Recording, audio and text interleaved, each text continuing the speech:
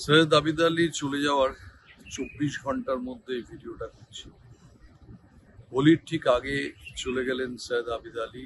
শুধু হোলির নয়, জাডেজা উইনিং স্ট্রোকটা মারলেন চ্যাম্পিয়ন্স ট্রফি ফাইনালে, আর তার বোধহয় 36 ঘন্টার মধ্যে সান জোসের কাছে আমেরিকায় চলে গেলেন ভারতীয় ক্রিকেটের অন্যতম সেরা অলরাউন্ডার আবিদ আলী। এখনকার জেনারেশনকে পরিচয় করানোই খুব মুশকিল। ইনফ্যাক্ট সেদিন একটা ইউনিভার্সিটিতে গিয়ে আমাকে বলতে হলো 20-21 বছরের ছেলেদের যে সুনীল গাভাস্করকে আপনারা চেনেন কমেন্টেটর হিসেবে, কিন্তু উনি একজন বিশাল বড় ব্যাটসম্যান ছিলেন। সেই দুনিয়ায় যেখানে সবকিছু হাতের কাছে হাজির, যেখানে পুরনো পৃথিবীকে অনেকে জানেই না, সেই পৃথিবীর একজন নায়ক ছিলেন সৈয়দ আবিদ আলী। এবং তিনি বোধহয় একমাত্র ভারতীয় ক্রিকেটার যিনি খেলা ছেড়ে দেওয়ার পর যুক্তরাষ্ট্রে বসতি গাড়েন, যুক্তরাষ্ট্রে নানান খারাপ অবস্থার মধ্যে দিয়ে যান, ছেলেকে হারান। 34 বছর বয়সে তার ছেলে ক্রিকেট খেলতে খেলতে মারা যান। তার ছেলের সঙ্গে বিয়ে হয়েছিল সৈয়দ কিরমানির মেয়ের। তাকে আবিদ আলী নিজে আবার সেই মেয়েটিকে বিয়ের ব্যবস্থা করেন। অত্যন্ত হৃদয়বান একজন মানুষ। জাডেজার উইনিং স্ট্রোকের কথা কেন বললাম, কারণ পোর্ট অফ স্পেনে ভারত যখন ওয়েস্ট ইন্ডিজের প্রথম ঐতিহাসিক জয়ের মুখে তিনি উইনিং স্ট্রোকটা মারতে পারতেন, কিন্তু তার মনে হলো উল্টো দিকে যে ছেলেটা খেলছে, এত ভালো ব্যাট করেছে জীবনের প্রথম টেস্টে, উইনিং স্ট্রোকটা তাকে মারার সুযোগ দেওয়া উচিত। তিনি এগিয়ে এসে তখনকার নবাগত সুনীল গাভাস্করকে বলেন, উইনিং স্ট্রোকটা তুমি মারো।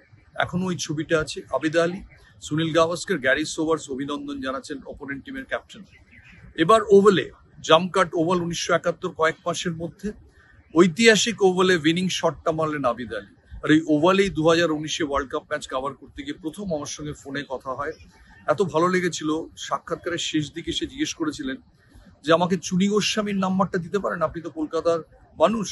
কেন? বলে চুনি গোস্বামীর সঙ্গে বহু খেলেছি, ওর স্ত্রীকে আমি একটা ফোন করে সমবেদনা জানাতে চাই। কিভাবে ব্যাখ্যা করবো এই ছোট ভিডিওতে আমি জানি না। অজিত ওয়াডেকার ডাকতেন আবিদা, এবং একেবারে কাছে দাঁড়াতেন, কখনো স্লিপ পয়েন্টে, কখনো সোলকার ফরওয়ার্ড শট লেগে দাঁড়ালে তিনি ব্যাকওয়ার্ড শট লেগে। ওই সময় আগুনে একজন ফিল্ডার, বন্য সাহস, কোনো ভয় ডর বলে কোনো বস্তু ছিল না। মিডিয়াম পেস বোলিং করতেন, ব্যাটিং করতেন খুব ভালো। 29টা টেস্ট ম্যাচ খেলেছেন মাত্র, কিন্তু সৈয়দ আবিদ আলীকে সেটা দিয়ে ব্যাখ্যা করা সম্ভব না। ভারতীয় ক্রিকেটের রেনেসার তিনি একজন ছিলেন নক্ষত্র। এবং কি আয়রনিক্যাল যে উইনিং স্ট্রোকের কিছু কয়েক ঘন্টার মধ্যে ঠিক হোলির আগে তিনি বিদায় নিলেন। যিনি ভারতীয় ক্রিকেটের একটা অমর হোলি 1971-এর তার সঙ্গে জড়িত ছিলেন। আমায় বারবার জিজ্ঞেস করেছেন যে তিনি মানে খুব খারাপ অবস্থার মধ্যে দিয়ে কাটাচ্ছিলেন। সৌরভ তখন বোর্ড প্রেসিডেন্ট। আবিদ আলী আমার মাধ্যমে একটা মেল পাঠান, I am Syed Abid Ali. I have played 29 test matches for India. I was the one who's at winning stroke at Oval. ভাবাই যায় না আবিদ আলী নিজের ইন্ট্রোডাকশন দিচ্ছেন সৌরভকে। তারপরে আবার 2021 একটা আমার কাছে SMS আসে যে ক্রিকেটার মরে গেলে, টেস্ট ক্রিকেটার মরে গেলে তার বউ কি পেনশন পাবে? আসলে আবিদ আলী তখনই কোভিডের সময় থেকে জীবনের প্রতি ভরসা হারিয়ে ফেলছিলেন, নরম সিংহ হৃদয় মানুষ, এবং চলেও গেলেন। আমি জানিয়েছিলাম সৌরভের মাধ্যমে চেক করে যে ইয়েস, ক্রিকেটারের স্ত্রীরাও পেনশন পাবেন।